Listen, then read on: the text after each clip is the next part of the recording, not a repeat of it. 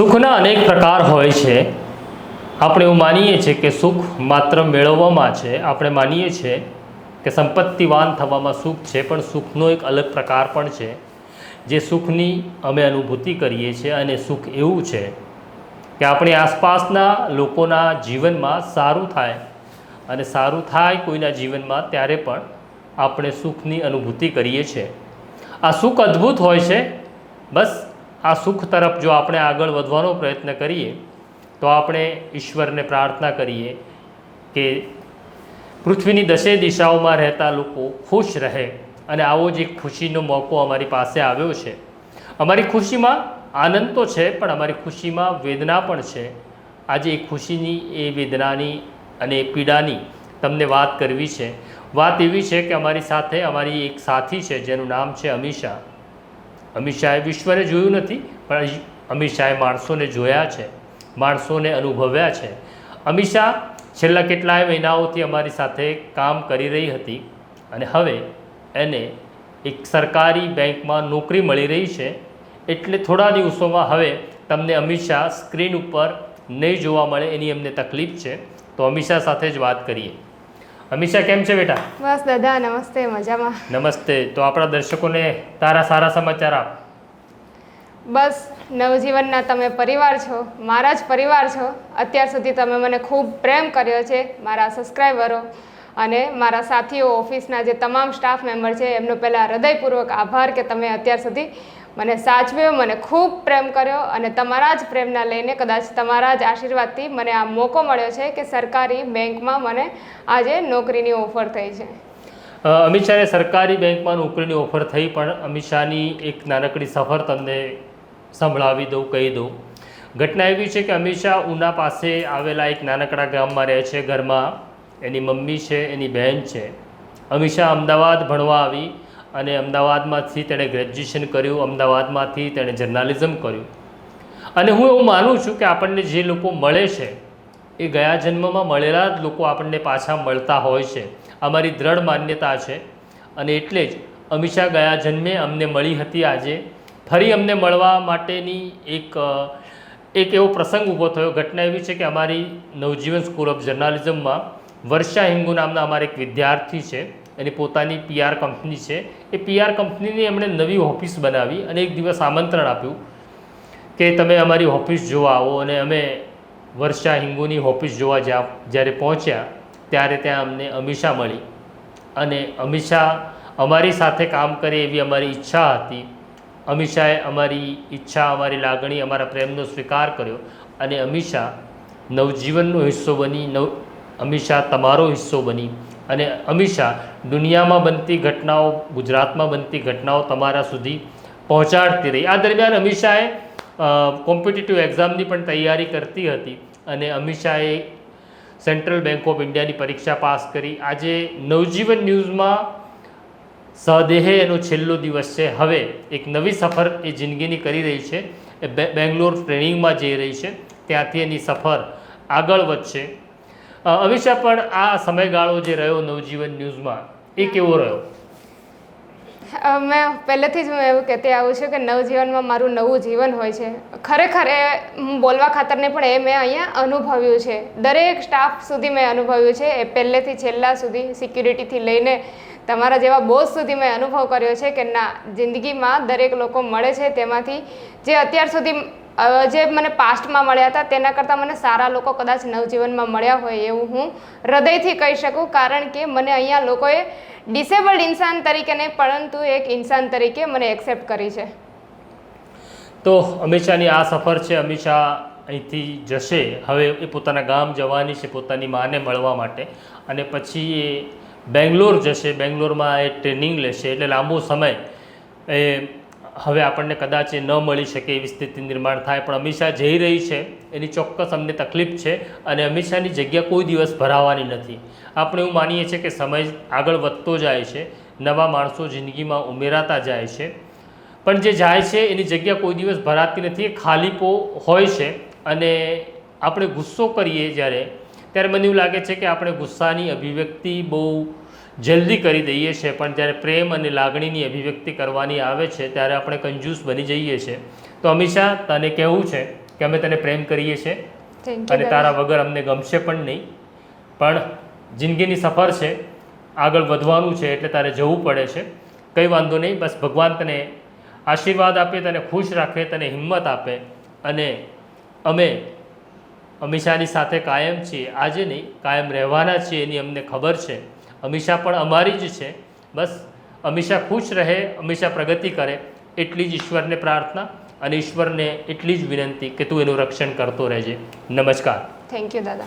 અમીષાને પહેલી વખત મળવાથી લઈને જ્યારે અત્યારે છેલ્લી વખત એને મળી રહ્યા છે, એટલે કે હવે તે નવજીવન છોડીને જઈ રહી છે, ત્યારે પણ હું એને એટલું કહીશ કે જ્યારે પણ તું અગાઉ અમારી જોડે હતી ત્યારે હું એને હંમેશા સવાલ પૂછતો કે તું કાયમ હસતી કેમ રહે છે. કોઈ ગંભીર ઘટના હોય તો એના મોઢા ઉપર એક સ્માઇલ સાથે જ એ મારી સાથે વાત કરતી હતી. તો એને હું અત્યારે પણ એવું કહીશ કે જે તું પહેલાં હસતી રહેતી હતી તે રીતે જ હસતી રહેજે અને કાયમ એટલી જ ખિલખિલાટ જે રીતે થઈને તું અમારી સાથે વાત કરતી હતી એ રીતે જ વાત કરતી રહેજે, નવજીવનમાં આવતી રહેજે. સરકારી નોકરી મળવી એ એક ખૂબ મોટું અચીવમેન્ટ છે. તે તારી રીતે જે પણ મહેનત કરી છે આ એનું એક ફળ છે અને હું અમારો સ્ટાફ બધા એટલા ખુશ છીએ, પણ સાથે સાથે થોડુંક એવું મનને કડકી રહ્યું છે કે તું અત્યારે છોડીને જઈ રહી છે. કાયમ આવતી રહેજે, મળતી રહેજે. બીજું તો હું શું કહું, અમે તારા ભાઈઓ, અમારા બીજો જે સ્ટાફ છે એણે તને ખૂબ જ પ્રેમ કર્યો છે. મળતી રહેજે. નવજીવન ન્યૂઝ સાથે અમીષા જોડાઈ એ બહુ અનાયાસે જોડાઈ. અમે એક ઓફિસે ગયા હતા ને ત્યાં અમીષાની ભેટ થઈ પ્રશાંતભાઈને ને મારી, અને અમે બહુ તત્કાલ એવો નિર્ણય લીધો કે અમીષા અમારી સાથે કામ કરશે, કારણ કે એને જર્નલિઝમમાં રસ હતો ને એ ભણતી પણ હતી. અહીંયા એ આવી અને પછી જે મારી સાથે એનું જે કંઈ સંવાદ થયો એટલે મને એ નવાઈ લાગતી હતી હંમેશા કે અમે સ્ક્રિપ્ટ વાંચી શકીએ છીએ અને પછી પણ જ્યારે બોલવામાં ફંબલ થાય છે, એ જે રિધમમાં બોલવું જોઈએ એવું નથી બોલી શકતા, પણ અમીષા માત્ર સાંભળીને આટલું લાંબુ બોલે, આટલી સરસ સ્ટોરી કરે ને હવે તો જેમ જેમ સમય ગયો એમ એમ એની હથોટી આવી ગઈ હતી ને દર્શકોએ પણ એ રીતે એને ખાસી બિરદાવી. તો હવે એવું લાગી રહ્યું છે કે અમીષા એકદમ પરફેક્ટ જર્નલિઝમનું મટીરિયલ થઈ ચૂકી છે ગુજરાતી જર્નલિઝમ માટે. પણ હવે એ નવી શરૂઆત કરવા જઈ રહી છે, એને બેંકમાં જોબ મળી છે અને એના માટે અમે એને શુભકામના પાઠવીએ છીએ નવજીવન ટીમ વતી, સ્કૂલ ઓફ જર્નલિઝમ વતી, અમારા બધા વતી અને મારા પરિવાર વતી. એટલે એ જીવનમાં બહુ જ ઉન્નતિ કરે એવી અમારી પ્રાર્થના છે. સૌથી પહેલાં તો અમીષાને એની નવી સફર શરૂ કરવા જઈ રહી છે એ બદલ ખૂબ ખૂબ અભિનંદન. અને અમીષા વિશે વાતની શરૂઆત કરું તો જ્યારે આ અમને સમાચાર મળ્યા એના એક દિવસ પહેલાં જ અમે જ્યારે સ્ટુડિયોમાં બંને સ્ટોરી શૂટ કરવા માટે ગયા હતા, એટલે મેં ઓચિંતું પૂછ્યું અમીષાને કે અમીષા તે પેલું ઇન્ટરવ્યૂ આપ્યું હતું શું થયું એનું? તો અમીષા કે હજી સુધી જવાબ નથી મળ્યો એનો. અને બીજા દિવસે અમીષા પેંડા લઈને આવે છે અને બધાને પેંડા ખવડાવે છે, પણ એ કારણ નથી કહેતી કે શું કારણ એ બધાને પેંડા આપી રહી છે. એટલે અમારા ઓફિસના બધા કે એને કહે છે હેપી બર્થડે, હેપી બર્થડે. એ પણ સામે એમ જ કહે છે થેન્ક યુ, થેન્ક યુ. પણ મેં ઓચિંતું મારા મનમાંથી મારા મોઢેથી એ વાક્ય નીકળ્યું, અમીષા નોકરી મળી ગઈ?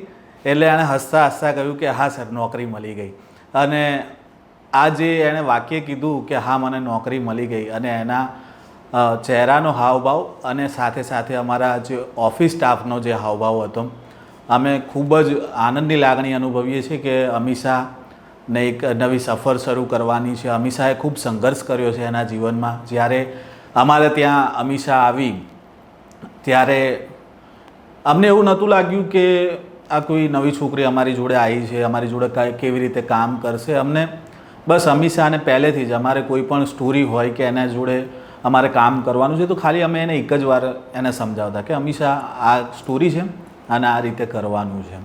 કદાચ મારે બોલવામાં ફંબલ પડી જાય પણ અમીષામાં એવી શક્તિ છે કે અમીષા સિંગલ ટેકમાં પણ સડસડાટ તમે એને જેટલું પણ આપો એટલું એ કેમેરા સામે બોલી નાખે. ઘણીવાર મને પણ એવું થાય કે અમીષા કેવી રીતે કરતી હશે, પણ કુદરતે એનામાં એ શક્તિ આપી છે. આજે અમીષાનો નવજીવન ન્યૂઝમાં આમ તો છેલ્લો દિવસ છે, પણ અમીષા સાથેના જે અમારા સંબંધો છે હું કાયમ એને બેન કહીને જ બોલાવું છું, પણ કાયમ અમને અમીષાની ખોટ છે તે નવજીવનને રહેશે. અને અમીષા બેંગ્લોર જવાની છે હવે ટ્રેનિંગ માટે 9 મહિના. એટલે અમીષાને એટલું જ કહીશ કે અમીષા તું ચિંતા ના કરતી, અમે પણ અહીંયા છીએ જ. જે રીતે અમે તારું આવી રીતે ધ્યાન રાખ્યું, પરિવારનો હિસ્સો બન્યા છે, કુદરત અને ભગવાન પણ તારી સામે એવી રીતે જ ત્યાં તને કોઈક મદદ માટે કાયમ હાજર રાખશે તેવી અપેક્ષા સાથે વિરમું છું. નમસ્કાર. જ્યારે અમીષા નવજીવન ન્યૂઝમાં જોડાવી હતી ને એ દિવસે પછી અમે લોકો વિડીયો શૂટ કરવા માટે સ્ટુડિયોમાં લઈ ગઈ હતી અમીષાને હું. તો તે વખતે એ બહુ એને વિડીયોમાં ટેક આવતા હતા, એ બહુ ગભરાવી ગઈ હતી. અને પછી એને મને કહ્યું કે હું પછી કરીશ વિડીયો. મેં કીધું તું 50 ટેક પર લઈશ ને ચાલશે, હું એડિટ કરી લઈશ, પણ તું કર. એને કર્યું હતું. પછી એક દિવસ અમે લોકો જમવા બેઠા હતા, તો મતલબ એક દિવસ સાથે બેઠા હતા, પછી બીજા દિવસે સામેથી કીધું બાપુ ચલો જમવા સાથે બેસીશું આપણે. અને જોડે જમવા બેસતા હતા અમે લોકો. અને અમીષા અત્યારે બેંકમાં નોકરી લાગી ગઈ, તો એના માટે શુભેચ્છાઓ. જ્યારે અમીષા અમારી સાથે જોડાણીના લગભગ મને ખ્યાલ છે ત્યાં સુધી એના 6 મંથ થઈ ગયા, પણ અમને કોઈ દિવસ એવું નથી લાગ્યું કે અમે હારી જઈએ કોઈ ટાઈમે. પણ એ દિવસ એને જોઈને અમને એમ થાય કે અમારે એના કરતાં વધારે કામ કરવું જોઈએ. અને મજાક મસ્તીમાં અમીષા બધાથી આગળ હતી, કે મજાક મસ્તી અમે લોકો કરતા હોય તો વચ્ચે પંચલાઈન એવી બોલે કે બધાને હસવું જાય છે. મને યાદ છે આજથી 3 મહિના પહેલાં હું અહીંયા નવજીવનમાં આવ્યો હતો, ત્યારે અમીષાને પણ હું મળ્યો હતો. એ દિવસથી યાદ છે કે અમીષા જ્યારે એની વિડીયો અને રીલો એડિટ કરવા મને આપતી હતી, ત્યારે એના જે કેટલાક ક્ષણો છે કે 1.5 મિનિટની રીલ હોય તો 1.5 મિનિટમાં જ બોલે, અને એનું જે રીલ બનાવવાનો જે બોલવાના જે શબ્દો હતા એનાથી આપણને કંઈ શીખવા મળ્યું હતું. અને એની હસી મજાક જે અમને બધે યાદ છે કે આખો દિવસ કેવી રીતે પસાર થઈ જતો હતો. અમીષા નવી સફર માટે, નવી નોકરી માટે જઈ રહી છે, ત્યારે અમે બધા ભેગા થયા છીએ. અને આ છે ફૈઝાન રંગરેજ અને આ છે અબુઝર. અમીષાના ખાસ દોસ્તો છે ને અમીષા એમને બહુ પરેશાન કરતી હતી, હે અમીષા? હજી કરીશ ને? હા, અમીષા એમને બહુ હેરાન કર્યા છે. અને અમારે ત્યાં ઝઘડા પણ ફૈઝાનના અને અમીષાના બહુ થતા હતા. તો અમીષા આપણે કેક કાપીશું. લાવો હાથ લાવો.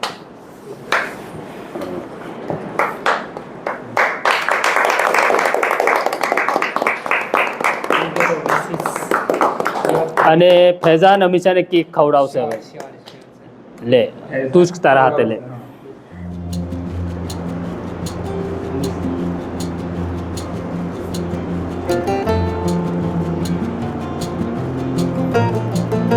ચાલો કટિંગ કરી નાખ તું, પછી આપણે જમવા બેસી. તમે અમીષા આ કર. હા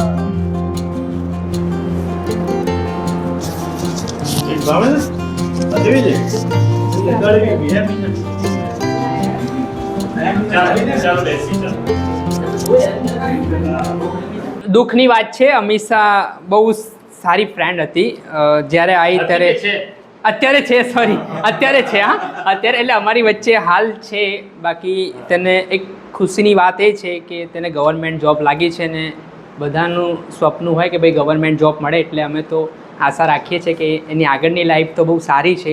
પણ જ્યારે આવી ત્યારે અમારી વચ્ચે એક માહોલ એને મળ્યો, મિત્રતા મળી ને બહુ સરસ પરફોર્મન્સ કોન્ફિડન્સ સાથે એણે જે નવજીવનમાં કામ કર્યું છે. ઘણા બધા મિત્ર મને ફિલ્ડમાં મળે છે ત્યારે અમીષાના વખાણ કરતા હોય છે કે તમારા ત્યાં એક છોકરી હોય છે બહુ સરસ બોલે છે. તો કહે છે કે પણ એ જોવું કરે છે. તો મેં કીધું કે એ થોડીક આંખોથી હેન્ડીકેપ છે, બાકી કહે છે બહુ સરસ, એટલે જેની સ્પીચ છે એ હોય છે. ને અમીષા ને અમારા વચ્ચે અમુક વાર એટલે બોલાચાલી ઝઘડો જેવું તો ના કહી શકીએ, કંઈક વસ્તુ આમ માઠું લાગી જાય ને તો પછી શું કરે કે અમે બેઠા હોઈએ તો અમીષા છે ને આમ મારી બાજુમાં જ બેસે, એટલે ટચો ટચ. પછી એને કંઈક એવું માઠું લાગી જાય ને હું કંઈક ભૂલી દઉં તો પછી આ ખૂણેથી પેલી ખૂણે જતી રહે. પછી હું કહું અમીષા શું કહેવું છે, તો કંઈ જવાબ જ ના આપે, ફોનમાં જ પછી એનું ધ્યાન એ બધું કરે, ઇગ્નોર કરે આપણને ટૂંકમાં. તો પછી આપણે સમજી જવાનું કે ભાઈ આ અમીષાની નારાજગી મોટી છે, તો પછી અમે મનાવીએ કે ભાઈ અમીષા ભાઈ સોરી, હવે તને એવું લાગ્યું હોય માફ કરી દેજે. એટલે 2-3 વખત મને એવો અનુભવ થયો, એટલે ભૂલચૂકમાં મારાથી એ ભૂલ થઈ, મારી જ ભૂલ કહેવાય આ તો, કે બહાદુર છે મારી છોકરી. હા એ છે. પણ ઘણી મજા આવી અમીષા જોડે રહીને. તું આવી જા. પહેલે તો શુભેચ્છાઓ ઘણી બધી, એક નવા જીવનની સફરની શરૂઆત કરે છે. અને મારી પત્ની એને ખાસ યાદ કરે, રોજ અમે જમવા બેસીએ ગુડી એ કે, કેમ કે જ્યારે ફરવા આપણે ગયા સ્ટેચ્યુ ઓફ યુનિટી એ સમયે અમીષા સાથે સતત વાત કરતી.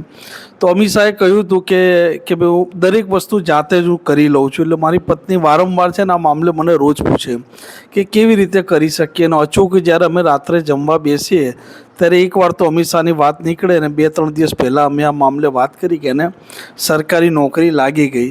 તો મારા કરતાં તો સૌથી વધારે ખુશી એને થઈ છે, એટલું જરૂરથી કહીશ. અને જે પ્રકારે એનું જીવન છે, અને દુઆ આપણે કરીએ કે બહેતર જીવન જાય. અને જે સંઘર્ષ હતો, સંઘર્ષમાં હવે સારા દિવસો આવી રહ્યા છે, અને હર હંમેશ અંતિમ શ્વાસ સુધી એના પડખે રહીશું એવી દુઆ. તોફિકભાઈ, અબુઝર અને ફૈઝાનનું નામ છેલ્લે લેવું પડે, કારણ કે મારા છેલ્લા શ્વાસ સુધી મારો મિત્ર મારા તરફી તો રહેવાનો છે. હા, એટલે એ લોકો મને પરેશાન કરતા કે નહીં, પણ હું તો એ લોકોને પરેશાન કરતી હતી, અને આવનારા સમયમાં પણ હું કરતી રહેવાની છું. જોઉં છું કે એ લોકો મને કેટલી સહન કરે છે. પછી તોફિકભાઈ ગુસ્સે થઈ જતા હતા બધા ઉપર. એમને તો મારે કરવા જ પડશે સાહેબ. અને અબુઝરને મારે માણસમાંથી ભેંસ બનાવવાનો છે. એટલે કેમ ભેંસ બનાવી છે તારે? બસ કારણ કે કાં તો ભેંસ બની શકે ને કાં ઊંટ બની શકે. એ સંતૂર સાબુના બ્રાન્ડ એમ્બેસેડર છે. એટલે મારા મિત્રો છે અને બહુ જ પ્રેમ કરું છું હું નવજીવનના પરિવારને. Thank you. ચાલો.